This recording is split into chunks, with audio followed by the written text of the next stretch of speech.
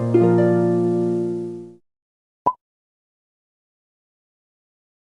बच्चों, आज class 10th bio जो हमने फर्स्ट वीडियो में आपको बता रखा लाइफ प्रोसेस से रिलेटेड प्लांट्स के न्यूट्रिशन हमने डिस्कस कर चुके हैं उस फर्स्ट वाले वीडियो में। आज हमें करना है न्यूट्रिशन इन animals like human being.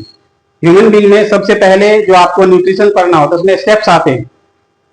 Human being या किसी भी एनिमल, चाहे वो माइक्रो ऑर्गेनिज्म लाइक अमीबा ही क्यों ना हो, इसमें आपको 5 स्टेप्स होते हैं न्यूट्रिशन के, जिसमें सबसे पहला मैंने उस पिछले वाले वीडियो में सिर्फ नीम लिखा हुआ है। सबसे पहला आपका है इंजेशन, सेकंड वाला होता है डाइजेशन, थर्ड वाला होता है एब्जॉर्प्शन, फोर्थ होता है एसिमिलेशन, फिफ्थ होता है इजेशन। तो steps of nutrition in animal की बात अगर आती है तो सबसे पहला होता है इंजेशन। इंजेशन का मतलब क्या? इंजेशन का मीनिंग होता है फूड को इनटेक करना, मतलब बॉडी के अंदर ले जाना। अब अंदर ले जाने के कई तरीके हैं, हर ऑर्गेनिज्म का अपना अपना तरीका है।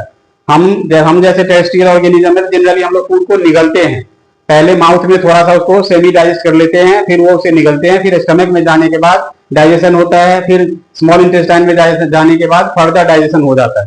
तो इंजेशन में सबसे पहला होता है मतलब इन टेक फूड थ्रू माउथ। दूसरा होता है डाइजेशन, इसमें होता है food digested by different organs of digestive system. ठीक है। तीसरा होता है एब्जॉर्प्शन, मीन्स फूड जो डाइजेस्ट हो गया उसमें जो न्यूट्रिएंट्स थे, carbohydrate, protein, fat, vitamin, minerals and many others, उन सबको एब्जॉर्ब ब्लड कर लेता है स्मॉल इंटेस्टाइन से और फिर पूरी बॉडी में ट्रांसफर कर देता है। एब्जॉर्प्शन हो गया, blood absorb digested food from small intestine. फिर है आपका थर्ड में है, फोर्थ में सॉरी, एसिमिलेशन। एसिमिलेशन का मतलब है जो फूड एब्जॉर्ब किया गया, डाइजेस्टेड फूड को ब्लड ने एब्जॉर्ब किया, पूरी बॉडी में ले गया, फिर बॉडी में ले जाने के बाद डिफरेंट ऑर्गन के द्वारा उसका यूटिलाइज डायरेक्टली नहीं होता है। सेल उसे पहले तोड़ता है, उसमें से एनर्जी को रिलीज करता है एटीपी के फॉर्म में, फिर वो एटीपी हमारी बॉडी के डिफरेंट ऑर्गन के द्वारा यूटिलाइज किया जाता है। इसे हम बोलते हैं assimilation. Produce energy and utilize by the organ. ठीक है। और लास्ट में है इजेशन। तो जितने फूड हम अंदर करते हैं, इनटेक करते हैं, क्या वो सारा का सारा ही बॉडी एब्जॉर्ब कर लेता है या सारा का सारा ही एनर्जी में कन्वर्ट हो जाता है? नहीं, उसमें से बहुत सारा पार्ट बच जाता है जो सॉलिड वेस्ट के रूप में हम बॉडी से बाहर कर देते हैं।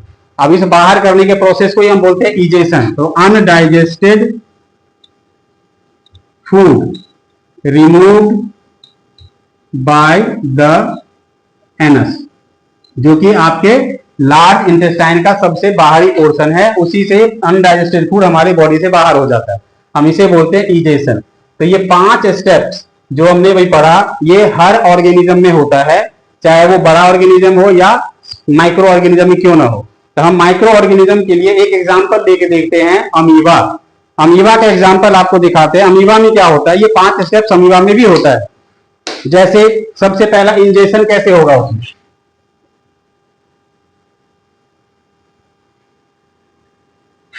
अब है आपका steps of nutrition in amoeba. Steps of nutrition in amoeba. देखिए, अमीबा एक ऐसा माइक्रो ऑर्गेनिज्म है जिसका शेप फिक्स नहीं होता। सिंगल सेल ऑर्गेनिज्म है, उसका शेप फिक्स नहीं होता। वो यूकैरियोटिक है क्योंकि उसके सारे जो पार्ट्स होते हैं थोड़े प्रॉपर्ली वेल डिफाइंड होते हैं, इसलिए हम यूकैरियोट बोलते हैं। तो अमीबा में जो न्यूट्रिशन होता है उसमें ये 5वें स्टेप्स इन्वॉल्व होता है। कैसे? अमीबा में सबसे पहला जो इंजेक्शन होता है, देखिए अमीबा जो है वो उसका कोई फिक्स डिजाइन तो होता नहीं है, इसका ये बीच में न्यूक्लियस होता है, कोई फूड पार्टिकल है, फूड वैक्यूल आया उसके पास, ये साइटोप्लाज्म और वैक्यूल वगैरह फिक्स होते हैं इसके अंदर पे, बॉडी के अंदर। ये हमारा है कोई फूड वैक्यूल, फूड पार्टिकल कोई भी हो सकता है, ये छोटा ऑर्गेनिज्म हो सकता है। और ये अमीबा का है, इसको बोलते हैं स्यूडोपोडिया। इसे क्या कहा जाता है? स्यूडोपोडिया, जिसको बोला जाता है फॉल्स फीट। ये वो ऑर्गन है, मतलब सेल का वो पार्ट है अमीबा का, जो एक तो मूवमेंट में, इसको लोकोमोशन में हेल्प करता है, एक जगह दूसरी जगह जाने में, प्लस कोई भी फूड पार्टिकल अगर इसके पास आ गया तो इस स्यूडोपोडिया को इसके चारों तरफ घेर लेता है और इसे सक कर लेता है अंदर की, जो इस सेल मेम्ब्रेन को तोड़ के अंदर चला जाता है, और अंदर एक फूड वैक्यूल होता है जिसके अंदर वो घुस जाता है। तो सेकंड में जाएगा डाइजेशन। जो ही वो अंदर गया, यानी कि साइटोप्लाज्म में गया, साइटोप्लाज्म में फूड वैक्यूल अपना डाइजेस्टिव एंजाइम उस फूड पार्टिकल को डाइजेस्ट करने में यूज कर लेता है। तो डाइजेशन हो गया। फूड पार्टिकल, अब इसमें ये तो न्यूक्लियस है, ये फूड वैक्यूल इसमें गया, फूड पार्टिकल, फूड वैक्यूल, इसमें digestive enzyme, digestive enzyme digest the food particle. ये हो गया डाइजेशन प्रोसेस। इसके बाद थर्ड में आता है एब्जॉर्प्शन एंड एसिमिलेशन। इसमें दोनों काम एक साथ होता है, क्योंकि इसके पास में तो ऑर्गन, स्पेशलाइज्ड ऑर्गन तो है नहीं कि एब्जॉर्प्शन अलग हो एसिमिलेशन अलग हो, एक ही सेल में सारा होना है। तो एब्जॉर्प्शन एंड एसिमिलेशन इसका साथ साथ चलेगा। अब इसमें क्या है एब्जॉर्प्शन और एसिमिलेशन में? तो अमीबा का जो फूड पार्टिकल था, ये डाइजेस्ट होने के बाद पूरे साइटोप्लाज्म में मिक्स हो जाएगा, पूरे में फैल जाएगा। अब यहाँ पे हो गया हमारा एब्जॉर्प्शन एंड एसिमिलेशन। जो फूड पार्टिकल है वो पूरी बॉडी में, पूरे साइटोप्लाज्म में मिक्स हो जाएगा। मिक्स होने के बाद फोर्थ में आता है इजेशन। इजेशन में क्या होता है? अमीबा क्या करता है, थोड़ा सा सेल मेम्ब्रेन को तोड़ के फूड पार्टिकल को बाहर की ओर ढकेल देता है। इस पोर्शन को हम बोलते हैं इजेशन। यहां पे है undigested food, undigested food thrown out from the cell membrane via cell membrane. अब इस प्रोसेस में, यहां वाले प्रोसेस को जब इनटेक करता है फूड, तो आपने 9th क्लास में पढ़ा होगा एंडोसाइटोसिस एक वर्ड, और जब फूड पार्टिकल से अनडाइजेस्टेड फूड को बाहर करता है तो हमने पढ़ रखा है फैगोसाइटोसिस। तो यहाँ पे दो वर्ड यूज होता है, जब फूड को इन करेगा तो एंडोसाइटोसिस, जब फूड को आउट करेगा अनडाइजेस्टेड फूड को तो फैगोसाइटोसिस। ये 4 डायग्राम बना के आप अमीबा के स्टेप्स ऑफ न्यूट्रिशन को दिखा सकते हो। जब भी क्वेश्चन में पेपर में आता है, ये 2 मार्क्स के एवरेज में आता है, जब जनरली आता ही रहता है, इसलिए आप इस पे ध्यान दे सकते हो। ऐसे ही सेम वे में ह्यूमन बॉडी में भी ये सारे स्टेप्स होते हैं। जैसे हमारे माउथ से शुरू होता है इंजेशन, माउथ के बाद हमारे डाइजेस्टिव सिस्टम में आ जाता है स्टमक, स्टमक के बाद आ जाता है, स्टमक के बाद बारी आती है स्मॉल इंटेस्टाइन की, जहां पे कंप्लीट डाइजेशन होता है। स्मॉल इंटेस्टाइन के बाद अनडाइजेस्टेड फूड चला जाता है हमारे लार्ज इंटेस्टाइन में, जहां पे अनडाइजेस्टेड फूड के साथ वाटर भी होता है। जहां पे अनडाइजेस्टेड फूड को तो छोड़ दिया जाता है, वाटर को एब्जॉर्ब कर लिया जाता है। किसके द्वारा?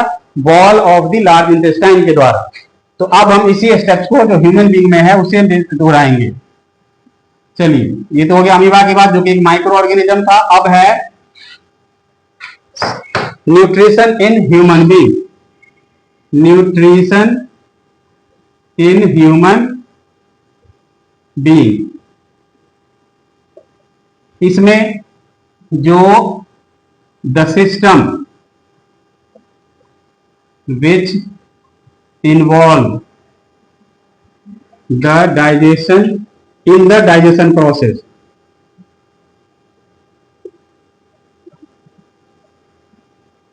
कॉल्ड एलिमेंट्री कैनल,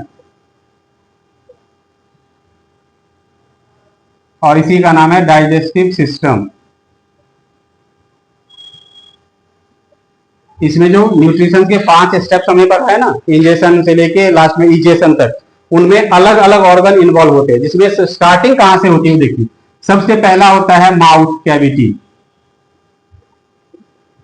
ठीक है, माउथ कैविटी के बाद चला जाता है स्टमक में, फूड पाइप कह लो, फूड पाइप या आइसोफेगस, इसी को बोलते हैं आइसोफेगस। फूड पाइप से जाता है स्टमक के पास, स्टमक के बाद जाता है स्मॉल इंटेस्टाइन के पास, स्मॉल इंटेस्टाइन से जाता है लार्ज इंटेस्टाइन में, और लार्ज इंटेस्टाइन से आउट, बॉडी से बाहर कर देते हैं। अब इसमें देखिए स्टेप्स कहां कहां क्या इन्वॉल्व हुआ। यहां पे हुआ इंजेशन, मुंह से हम खाने को, अपने माउथ से हम खाने पीने के सामान को अंदर करते हैं, ठीक है। और यहाँ पे ही थोड़ा सा डाइजेशन हमारे उस फूड का हो जाता है, किसके द्वारा, टीथ, टंग और सैलिवरी ग्लैंड जो सलाइवा सिक्रेट करता है, एक डाइजेस्टिव एंजाइम है, वो फूड को सेमी डाइजेस्टेड पहले ही कर देता है माउथ में। टीथ करता है ग्राइंडिंग, जो आगे मैं अभी डिटेल देने वाला हूँ। फूड पाइप एक लंबी सी ट्यूब होती है जो हमारे स्टमक और माउथ कैविटी को कनेक्ट करता है। फूड को जब हम निगलते हैं तो उस ऑइसोफेगस यानी कि फूड पाइप से होते हुए स्टमक तक पहुंचता है। तो यहाँ पे हो गया इंजेशन। अब इस जगह पे आती है डाइजेशन की बारी, यहां पे होती है डाइजेशन, एंड इसी में होता है एब्जॉर्प्शन। और एसिमिलेशन जो प्रोसेस है वो ब्लड ले जाता है जब सेल के पास, तो सेल में जो एनर्जी रिलीज होता है वहां पे हो जाए। अब एब्जॉर्प्शन, एसिमिलेशन हमारे डाइजेस्टिव सिस्टम में नहीं आता है, वो सिस्टम से बाहर का चीज है। एब्जॉर्प्शन के बाद जब अनडाइजेस्टेड फूड बच गया तो वो ट्रांसफर कर दिया जाता है लार्ज इंटेस्टाइन के पास। अब लार्ज इंटेस्टाइन में फूड में से वाटर को एब्जॉर्ब कर लिया जाएगा, फिर जो अनडाइजेस्टेड फूड हम बॉडी से बाहर कर देते हैं एनस के रास्ते। अब इसमें से हम एक एक चीज को अलग अलग पढ़ते हैं, ठीक है। स्टेप बाय स्टेप हम देखते हैं कहां पे क्या होता है। सबसे पहला है माउथ कैविटी। तो एक माउथ कैविटी में हमने बताया आपको 3 पार्ट होता है, एक है टीथ, दूसरा है टंग, और तीसरा है सैलिवरी ग्लैंड। इन तीनों का अपना काम, क्या काम है। टीथ का काम है ग्राइंडिंग, यानी कि फूड को छोटे छोटे पार्ट में तोड़ देना, स्मॉलर पार्ट में पीस देना। टंग का काम है फूड को सैलिवरी ग्लैंड से निकले हुए सलाइवा के साथ मिक्स करना, फूड को मिक्स करना। जैसे सब्जियां कैसे कढ़ाई में चलाते रहते हैं छोटे से कलछी के द्वारा, ठीक सेम वे में टंग का काम होता है फूड को मिक्स करना सलाइवा में। ये काम करता है मिक्सिंग एंड टेस्ट। जो फूड में हम टेस्ट लेते हैं ना, कड़वा, मीठा, तीखा, खट्टा, ये सारे देख टंग का ही काम होता है, क्योंकि टंग में होता है टेस्ट बड्स, जो हमने कंट्रोल एंड कोऑर्डिनेशन चैप्टर जब पढ़ेंगे तो उसमें पता चलेगा आपको, ठीक है। मिक्सिंग के बाद बारी आ गई सैलिवरी ग्लैंड, सिक्रेट सलाइवा। अब सलाइवा में क्या होता है, कंटेन एमाइलस। ये अमाइलस क्या करता है, अमाइलस ब्रेक्स लार्जर कार्बोहाइड्रेट या ग्लूकोज कह लो इनटू सिंपल शुगर। इसीलिए एक इसको प्रैक्टिकली कैसे कर सकते हो, रोटी का छोटा सा टुकड़ा, सिर्फ रोटी का मुंह में थोड़ा सा डाल दो, थोड़ी देर तक उसे आसानी आराम आराम से चबाते रहो, आप देखोगे थोड़ी देर में वो मीठा मीठा सा लगने लगेगा। नॉर्मल जब रोटी हमने डाला तो उस समय उतना मीठा नहीं था, लेकिन थोड़ी देर के बाद वो मीठा हो जाता। तो मीठा हुआ कैसे, तो यही अमाइलस जो सैलिवरी ग्लैंड से निकला हुआ सलाइवा है, उस सलाइवा में ये अमाइलस होता है। ये अमाइलस क्या करता है, रोटी में जो कार्बोहाइड्रेट यानी कि कॉम्प्लेक्स शुगर मॉलिक्यूल है, उस शुगर मॉलिक्यूल को तोड़ देता है सिंपल शुगर मॉलिक्यूल में, जो हमारे मुंह को मीठा कर देता है। ये तो हो गया हमारा सलाइवा का काम, ये हो गया टंग का काम, ये हो गया टीथ। और साथ में टंग एक और काम करता है, जिस फूड को आपने सेमी डाइजेस्ट या ग्राइंड किया, उसके साथ सलाइवा को मिक्स किया, उस फूड को धकेल देता है, मतलब पुश करता है toward the push the semi digested food toward the food pipe. अब फूड पाइप में फूड चला गया, अब फूड पाइप का क्या काम है वो देखिए।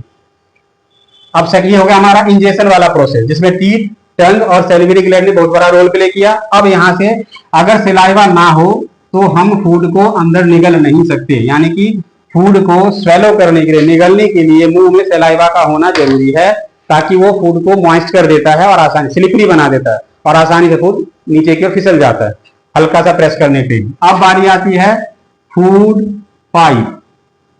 फर्स्ट हमारा था माउथ कैविटी, अब है food pipe. A narrow tube जो कि लगभग 30 से लेकर 40 सेंटीमीटर के आसपास होती है उसकी लेंथ, लगभग मान के चलो। और narrow tube mouth cavity to the stomach. अब इस रास्ते से फूड, जो सेमी डाइजेस्टेड फूड हमारे माउथ में हुआ था सलाइवा के कारण, वो मूव कर जाता है फूड पाइप की ओर with the help of tongue. Tongue उसे पुश कर देता है फूड पाइप में। और फूड पाइप में रिदमिक कॉन्ट्रैक्शन एंड रिलैक्सेशन होता है, मतलब जो उसके मसल्स है, मांसपेशियां है, वो सिकुड़ना फैलना करता है। इस सिकुड़ने फैलने वाले जो मोशन है, इसको कहा जाता है पेरिस्टेलिक मूवमेंट। अगर फूड पाइप में ये मूवमेंट ना हो तो हमारा फूड नीचे नहीं जाएगा, यानी इस मूवमेंट का होना जरूरी है। The food pipe, the muscles of food pipe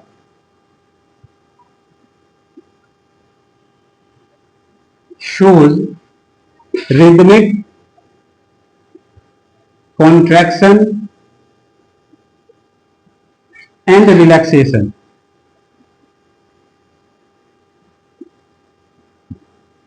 This relaxation to push the food downward. This movement of the muscles is known as peristaltic movement. ठीक है, ये हमारा हो गया मूवमेंट जो होता है जिसके कारण से फूड हमारे माउथ कैविटी से फूड पाइप के रास्ते स्टमक में पहुंच जाता है। अब इसका काम खत्म हो गया। अब बारी आती है स्टमक की। यहां पे अब फूड के साथ बहुत बड़ा खेला होता है। कैसे खेला होगा, तो चलिए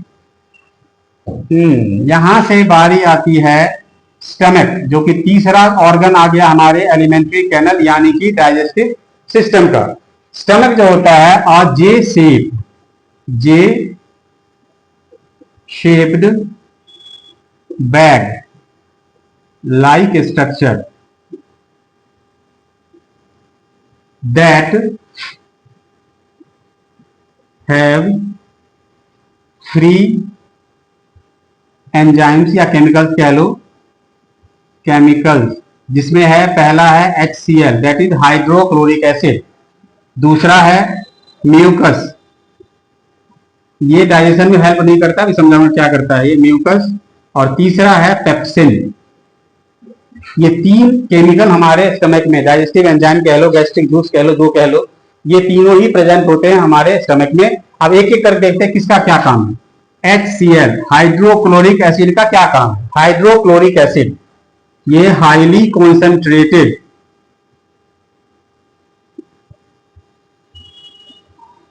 acid which secreted by the digestive gland present in stomach। ठीक है,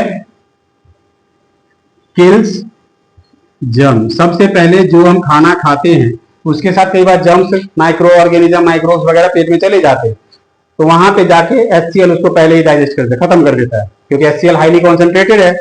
फिर help to provide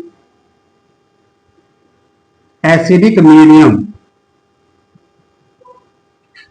to the pepsin. Pepsin को वर्क करने के लिए एसिडिक मीडियम की जरूरत होती है। तो फिर पेप्सिन क्या करता है भाई, ये तो HCl की हेल्प से ही काम करेगा। ये करता है सिंथेसाइज प्रोटीन।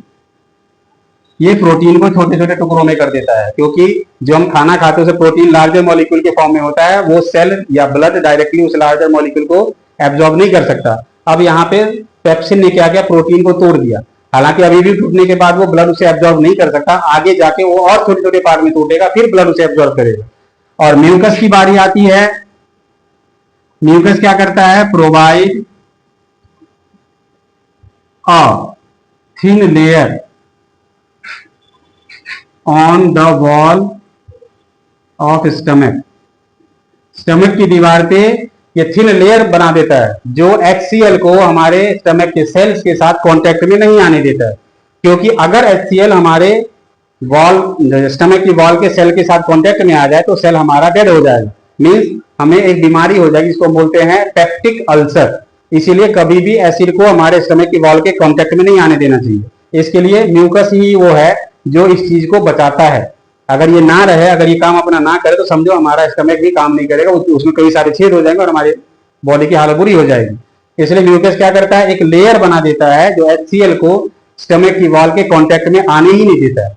यानी कि म्यूकस डाइजेशन में कोई हेल्प नहीं करता, सिर्फ वो प्रोटेक्ट करता है हमारे स्टमक की वॉल को। किससे? हाईली कॉन्सेंट्रेटेड HCl से।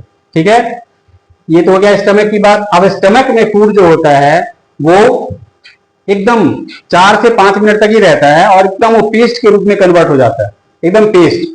क्योंकि HCl है जो हाईली कॉन्सेंट्रेटेड, वो किसी भी चीज को तुरंत गला देगा, और कार्बनिक मैटर को तो तुरंत गलाता है वो, जो हमने खाना खाया ग्लूकोज वगैरह को। तो HCl से ने उसे तोड़ दिया, पेप्सिन ने प्रोटीन को तोड़ दिया, अब आगे गला गया यहाँ से कहा, तो स्मॉल इंटेस्टाइन में।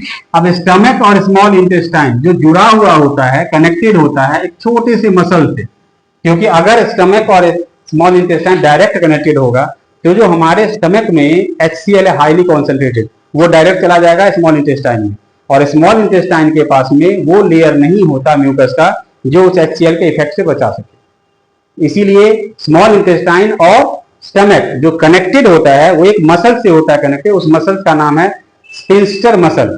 ठीक है, तो now the digested food transfer from stomach to the small intestine. ठीक है, the stomach and the small intestine are connected with a muscle called sphincter muscle। ठीक है, अब स्मॉल इंटेस्टाइन की बारी है।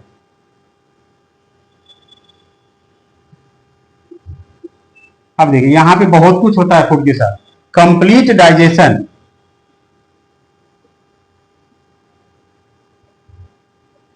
टेक्स प्लेस हेयर,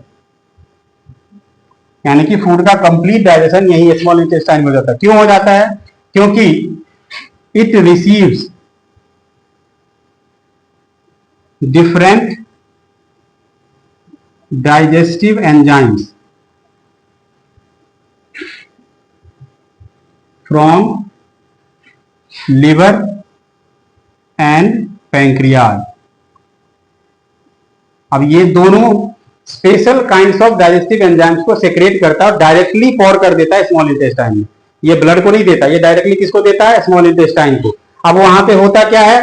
लिवर से निकलता है बाइल जूस। बाइल जूस ये लिवर से निकलता है। इसका काम क्या होता है? डाइजेस्ट फैट ग्लोब्यूल्स, मतलब फैट के molecules into fatty acid and glycerol. ठीक है, जब लिवर से निकलता है बाइल जूस। अब ये देखिए, लिवर डायरेक्टली बाइल जूस को जमा, मतलब हमारे स्मॉल इंटेस्टाइन में पॉर नहीं करता। लिवर के पास में होता है गॉल ब्लैडर।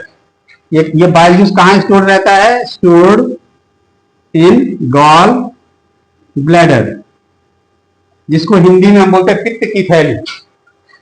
अगर आप कभी देखने का मौका मिले, जैसे कि अगर प्रैक्टिकल कभी टीचर वगैरह स्कूल में कराए, तो बकरे का दिखाते हैं, कई बार हम लोग के स्कूल में दिखाया गया था। तो उसमें एक छोटा सा लिवर के साइड में इतना छोटा सा एक थैला होता है, वो ग्रीन कलर का होता है, वही होता है बाइल जूस का। और जब भी फूड वहां गया स्मॉल इंटेस्टाइन में, तो बाइल जूस से वो गॉल ब्लैडर से वो बाइल जूस निकल के हमारे स्मॉल इंटेस्टाइन में पॉर कर दिया जाता है, जो कि जाते ही फैट ग्लोब्यूल, जो लार्जर फैट मॉलिक्यूल है, उसे डाइजेस्ट करता है फैटी एसिड एंड ग्लिसरॉल में। ये तो हो गया हमारा लिवर का काम। अब आता है पैंक्रियाज। पैंक्रियाज से निकलता है एक स्पेशल टाइप्स ऑफ एंजाइम, जिसे हम कहते हैं pancreatic juice. Pancreas secrete pancreatic juice. अब इस पैंक्रियाटिक जूस में क्या क्या होता है, 3 तरह के एंजाइम्स होते हैं। एक होता है ट्रिप्सिन, दूसरा होता है अमाइलेज जो कि हमारे सलाइवा में भी था, और तीसरा होता है लाइपेज। अब इन तीनों का अलग अलग काम है। ट्रिप्सिन का काम है जो आपने अभी पढ़ा था कि स्टमक में पेप्सिन उस प्रोटीन को तोड़ देता है, अब ट्रिप्सिन उसको फर्दर और छोटे पार्ट में तोड़ देता है। प्रोटीन इज सिंथेसाइज इनटू किसमें, एमिनो एसिड एंड लिपिड्स, ये 2 पार्ट में तोड़ देता है। एमाइलेज का क्या काम है, वही सिंथेसाइज कॉम्प्लेक्स शुगर जो कार्बोहाइड्रेट होता है इनटू सिंपल फॉर्म। चलिए, लाइपेज का काम है ये बाइल जूस के साथ मिलके फैट को पूरी तरह से तोड़ देता है। पूरी तरह से तोड़ना मतलब फैटी एसिड और ग्लिसरॉल में कन्वर्ट कंप्लीटली कर देता है, लेकिन ये काम करता है बाइल जूस के साथ मिलके, अकेले नहीं करता। यानी कि ये भी क्या किया, synthesize fat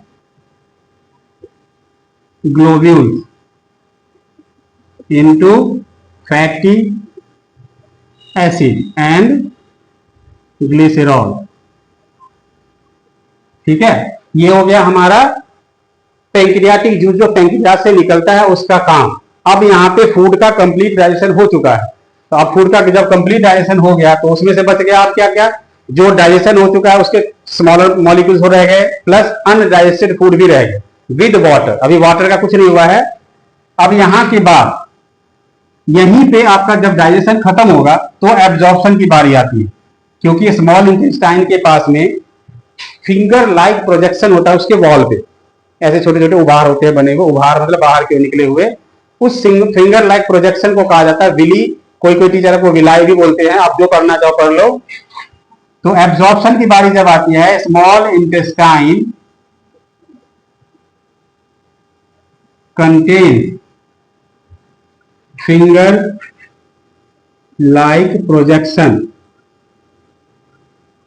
on the wall of it, इसके दीवार पे फिंगर लाइक प्रोजेक्शन होता है कॉल विली। ठीक है, विली के पास में होता है, ये जितना ज्यादा होगा उतना ही फायदे का काम है हमारे लिए, ये इतना ही फायदा होगा। कैसे, विली क्या करता है, सरफेस एरिया को बढ़ा देता है एब्जॉर्प्शन के लिए। किसके लिए, ब्लड को। ब्लड को जितना ज्यादा सरफेस एरिया मिलेगा वो उतना ही ज्यादा एब्जॉर्प्शन करेगा। Villi it increase the surface area for blood vessels to absorb digested nutrients from digested food, है ना। अब ये डाइजेस्टेड फूड से न्यूट्रिएंट्स को एब्जॉर्ब किया, पूरी बॉडी में गया, बॉडी में सेल्स ने उसे एटीपी फॉर्मेशन किया, एटीपी हमारे बॉडी को एनर्जी दिया, और जो अनडाइजेस्टेड गैस जैसे CO2 बच गया वो बाहर हुआ, या फिर जो सॉलिड मटेरियल को हमारे स्मॉल इंटेस्टाइन में बचा हुआ है जो आगे धकेल दिया जाता है किसके पास, लार्ज इंटेस्टाइन के पास। तब यहां पे एब्जॉर्प्शन का काम पूरा हो गया। अब इसके बाद assimilation, the absorbed food, the absorbed nutrients transported by blood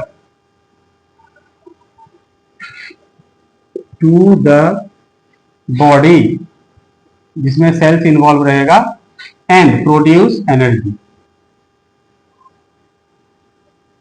तो इसको हम बोलते हैं एसिमिलेशन। अब वही energy in the form of ATP भी लिख सकते हो आप यहाँ पे, in the form of ATP, adenosine triphosphate. ये हम रेस्पिरेशन टॉपिक में पढ़ेंगे। ये हो गया एसिमिलेशन। अब बारी आती है इजेशन की। इजेशन में क्या करता है, the undigested food, solid food होता है जनरली सॉलिड फॉर्म में होता है, with water transported to the large intestine here. अब लार्ज इंटेस्टाइन क्या होता है देख लीजिए, एक बात ध्यान रखिएगा, स्मॉल इंटेस्टाइन की जो लेंथ होती है लगभग होती है 7.5 मीटर की, और लार्ज इंटेस्टाइन की जो लेंथ होती है लगभग होती है 1.5 मीटर की। लगभग 6 मीटर का फर्क है, फिर भी नाम उसका स्मॉल, इसका लार्ज। ऐसा क्यों भाई? इसका कारण है कि स्मॉल इंटेस्टाइन की जो थिकनेस होती है वो लगभग इतनी मोटी होती है, लंबी भले ही है लेकिन वो थिकनेस इतनी होती है, और लार्ज इंटेस्टाइन की थिकनेस होती है लगभग इतनी होती है, इससे भी थोड़ा ज्यादा ही कह लो, लेकिन इसकी साइज छोटी होती है। तो लार्ज इंटेस्टाइन का साइज, लेंथ भले ही छोटा है लेकिन उसका साइज बड़ा है, साइज मतलब थिकनेस ज्यादा है, इसलिए हम इसको लार्ज इंटेस्टाइन कहते हैं। तो large intestine, here water is absorb and the solid stored in rectum. जब रेक्टम पूरा फिल हो जाता है तो एनस के रास्ते, एंड गेट रिड मतलब रिमूव फ्रॉम एनस। ये हो गया हमारी बॉडी से इजेशन का काम। वाटर कहां एब्जॉर्ब हुआ, ध्यान रखिएगा, कंप्लीट डाइजेशन कहां हुआ, स्मॉल इंटेस्टाइन। वाटर कहां एब्जॉर्ब हुआ, लार्ज इंटेस्टाइन। तो ये सब चीजें आपको माइंड में रखना है, एमसीक्यूज में ऐसे ही क्वेश्चन पूछते हैं। स्टमक और स्मॉल इंटेस्टाइन कौन से मसल से जुड़े होते हैं, तो स्फिंक्टर मसल। इस तरह की छोटी छोटी चीजें आपको ध्यान में रखना है जो एमसीक्यू, असर्शन रीजन, इन सब में काम देता है। या movement in food pipe called peristaltic movement, ये भी याद रखना है आपको, है ना। सलाइवा किस चीज को तोड़ता है, सलाइवा हमारे फूड में कॉम्प्लेक्स शुगर को सिंपल शुगर में फॉर्म कर देता है। तो इस तरह की चीजें जो है वो आपको एमसीक्यू, असर्शन रीजन, इन सब में पूछ दिया जाता है। तो आप इन सबको जब पढ़ो तो इन छोटी छोटी बातों का हमेशा ध्यान रखा करो, तो आपका एमसीक्यू और असर्शन रीजन जो आजकल आने हैं वो थोड़ा बहुत आपको हेल्प मिल जाया करे। हर चैप्टर में ऐसे क्वेश्चन आपके बनते हैं।